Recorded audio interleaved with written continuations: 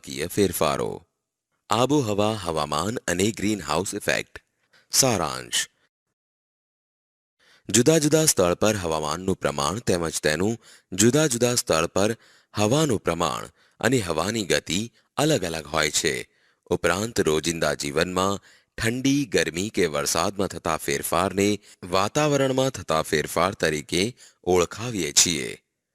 વાતાવરણમાં થતા એકાએક ઘટાડો કુદરતી હોવાની સાથે સાથે માનવ સર્જિત પણ છે. લોકો દ્વારા થતી પ્રવૃત્તિઓની અસર વાતાવરણ પર પડે છે. સૈદ્ધાંતિક સમજ. વાતાવરણમાં થતા ફેરફારને સમજવા માટે કેટલીક સંકલ્પનાઓ સમજવી જરૂરી છે, જે નીચે મુજબ છે. જેમ કે સૌપ્રથમ વાતાવરણ એટલે શું? વાતાવરણ પૃથ્વીની ચારે બાજુ વીંટળાઈને આવેલા હવાના આવરણને વાતાવરણ કહેવામાં આવે છે. આબોહવાના ફેરફાર. વૈશ્વિક તાપમાન વધવાથી તાપમાન, પવનની દિશા અને ભેજ વગેરેમાં જે ફેરફાર થાય છે તેને આબોહવાના ફેરફાર કહેવામાં આવે છે. હવામાન કોઈ પણ પ્રદેશના તાપમાન, ભેજ અને વરસાદની ટૂંકા ગાળાની સરેરાશ સ્થિતિ એટલે હવામાન.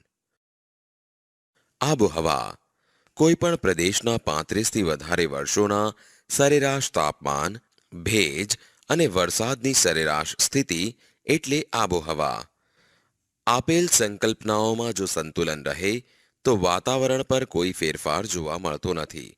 પરંતુ જો હવામાન કે આબોહવામાં કોઈ માનવ સર્જિત કારણોસર ફેરફાર થાય તો તે ઘણો ઘાતકી સાબિત થાય છે. જેમ કે તેના દ્વારા ઉદ્ભવતી ગ્રીનહાઉસ ઇફેક્ટ.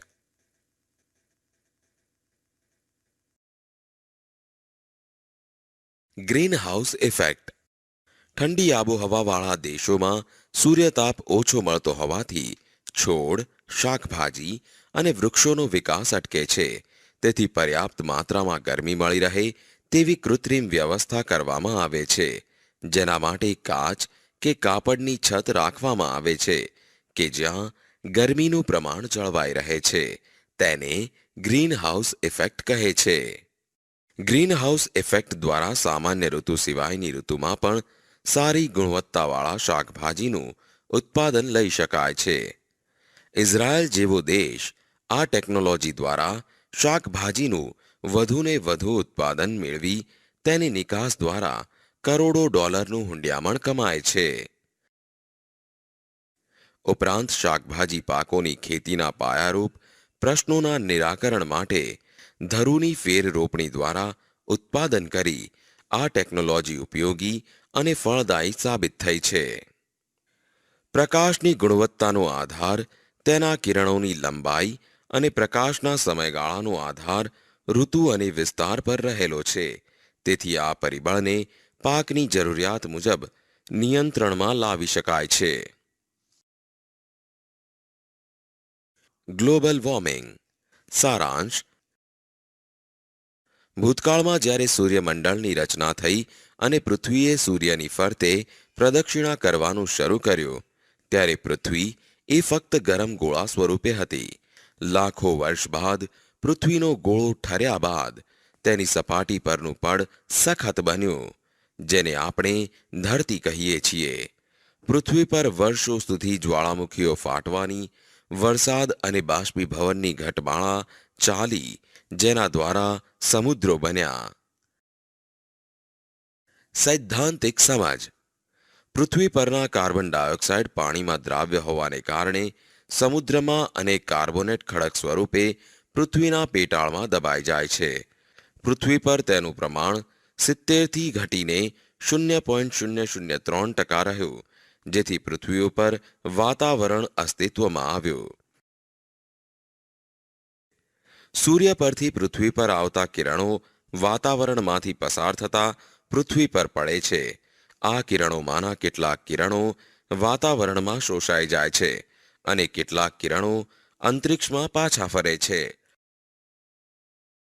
પૃથ્વી પર એકધારા વાતાવરણને પરિણામે ઋતુઓ શક્ય બની અને એક કોષી જીવથી લઈને માનવી સુધીનું જીવન સરળ બન્યું. ઔદ્યોગિક યુગમાં માનવીએ જાણે કુદરત સાથે હરીફાઈ શરૂ કરી. પેટ્રોલિયમનો બેફામ વપરાશ, વીજ ઉત્પાદન માટે કોલસો બાળીને મોટા મોટા કારખાનાઓ માટે બળતણના ઉપયોગ દ્વારા પૃથ્વી પર કાર્બન ડાયોક્સાઇડ અને ઝેરી વાયુઓનું પ્રમાણ ભયજનક કક્ષાએ લાવીને મૂક્યું છે, જેને આપણે ગ્લોબલ વોર્મિંગ તરીકે ઓળખતા થયા છીએ. ગ્લોબલ વોર્મિંગ એટલે પૃથ્વીના વાતાવરણને ગરમ કરનારી green house effect. Green house effect એટલે કે સૂર્યના કિરણો સાથે આવતી ગરમીને વાતાવરણમાં આવ્યા પછી પૃથ્વી પર અથડાઈને પરાવર્તન પામી પાછી અવકાશમાં જવા ન દેવાય તેવી સ્થિતિ. પૃથ્વીના તાપમાનમાં થતો વધારો. સારાંશ: સમગ્ર દુનિયા અત્યારે ગ્લોબલ વોર્મિંગના કારણે ચિંતિત છે. દિન પ્રતિદિન સમગ્ર પૃથ્વીના તાપમાનમાં વધારો થતો જોવા મળે છે. પૃથ્વી પર અતિશય ગરમી પડવી, અતિશય વરસાદ પડવો અને ઋતુમાં થતું અનિયમિત પરિવર્તન વગેરે ઘટનાઓ સામાન્ય બની છે. પૃથ્વીના તાપમાનમાં થતો વધારો. સારાંશ: સમગ્ર દુનિયા અત્યારે ગ્લોબલ વોર્મિંગના કારણે ચિંતિત છે. દિન પ્રતિદિન સમગ્ર પૃથ્વીના તાપમાનમાં વધારો થતો જોવા મળે છે. પૃથ્વી પર અતિશય ગરમી પડવી, અતિશય વરસાદ પડવો અને ઋતુમાં થતું અનિયમિત પરિવર્તન વગેરે ઘટનાઓ સામાન્ય બની છે. સૈદ્ધાંતિક સમજ. ગ્રીનહાઉસ ઇફેક્ટમાં સક્રિય ફાળો આપતા વાયુઓ જેવા કે carbon dioxide, methane, nitrous oxide, chlorofluorocarbon એટલે કે CFC અને હેલો કાર્બનને ગ્રીનહાઉસ વાયુઓ તરીકે ઓળખવામાં આવે છે.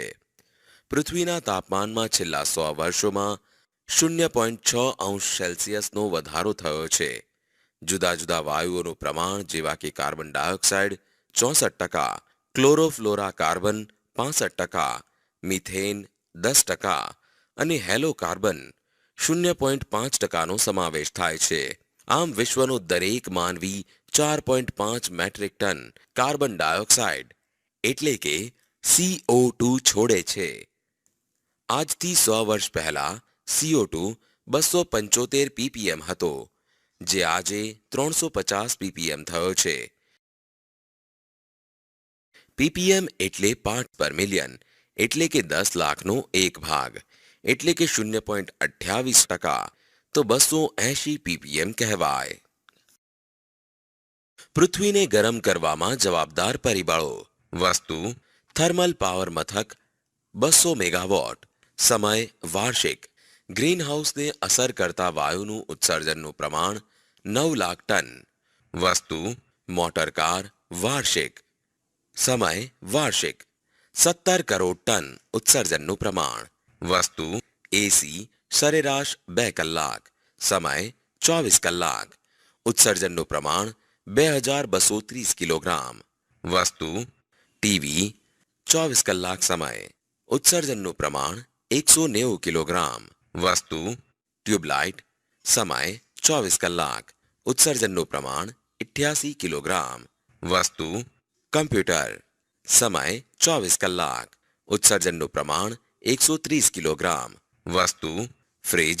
સમય: 24 કલાક. 920 કિલોગ્રામ ઉત્સર્જનનું પ્રમાણ. વર્લ્ડ મટીરિયોલોજીકલ ઓર્ગેનાઇઝેશન એટલે કે WMO વિશ્વ હવામાન સંસ્થાના મત પ્રમાણે ઈસવીસન 1850 થી ઈસવીસન 2008ના વર્ષનું સમુદ્ર અને જમીન સપાટી પરનું સંયુક્ત તાપમાન 31°C હતું, જે ઈસવીસન 1961 થી ઈસવીસન 1990ના ગાળાના સરેરાશ તાપમાન કરતાં વધારે હતું.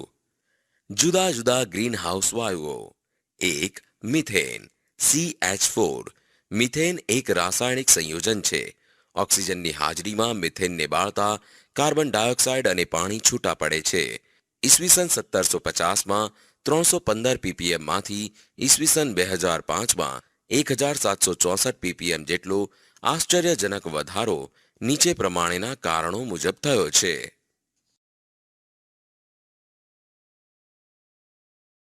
પશુઓના શ્વાસોશ્વાસ અને ચયાપચયની ક્રિયાને લીધે 14 કરોડ ટન ઉત્સર્જન, ડાંગરની ખેતીના લીધે 15 કરોડ ટન ઉત્સર્જન, સેન્દ્રિય કચરો સડવાથી 7 કરોડ ટન ઉત્સર્જન. 2. નાઇટ્રસ ઓક્સાઇડ N2O ખાતરોના ઉપયોગ સહિત કૃષિને લગતી થતી પ્રવૃત્તિઓને પગલે વાતાવરણમાં નાઇટ્રસ ઓક્સાઇડનું પ્રમાણ વધે છે, જે 270 ppmથી વધીને અત્યાર સુધીમાં 319 ppm જેટલું થયું છે. 3. ક્લોરોફ્લોરા કાર્બન CFC પ્લાસ્ટિક, ફ્રીજ, એસી, સર્કિટ સર્જન, એરોસેલ સ્પ્રે એટલે કે 1 માઇક્રોનથી 10 માઇક્રોન આકાર ધરાવતા સૂક્ષ્મ કણોને એરોસેલ કહે છે, વગેરેના વપરાશથી ક્લોરોફ્લોરા કાર્બનમાં વધારો થાય છે. એક વ્યક્તિ દ્વારા પ્રતિદિન જે વસ્તુઓ ગ્રહણ કરવામાં આવે છે તેમાં લગભગ 80% વાયુઓ હોય છે. એક વ્યક્તિ પ્રતિદિન 22,000 વખત શ્વાસ લે છે, તેથી તે ઓક્સિજનયુક્ત વાતાવરણમાંથી 16 કિલો જેટલા વાયુનું સેવન કરે છે. 23 જાન્યુઆરી 1995ના યુનોના સંયુક્ત ઠરાવથી દર વર્ષે 16 સપ્ટેમ્બરને ઓઝોન દિવસ તરીકે ઉજવવામાં આવે છે. 2007નું વર્ષ 1980 પછી સૌથી વધુ ગરમ હતું. ગ્લોબલ વોર્મિંગની અસરો. સારાંશ. ગ્લોબલ વોર્મિંગની અસર માનવ ઉપરાંત પ્રાણીઓ, વનસ્પતિઓ અને તેમના જીવન પર પણ પડી રહી છે. ઉપરાંત અન્ય ફેરફારો પણ થઈ રહ્યા છે. સૈદ્ધાંતિક સમજ. વનસ્પતિની ઉત્પત્તિ, તેમની વૃદ્ધિનો સમય અને આયુષ્યમાં ફેરફાર. પક્ષીઓની અમુક જાતિઓ લુપ્ત થવી, દાખલા તરીકે ચકલી, ગીધ. હિમાલયની 2000 હિમનદીઓ પીગળવી. છેલ્લા 10 વર્ષમાં દુષ્કાળ, વાવાઝોડા, અતિવૃષ્ટિ અને પૂરનું પ્રમાણ વધવું.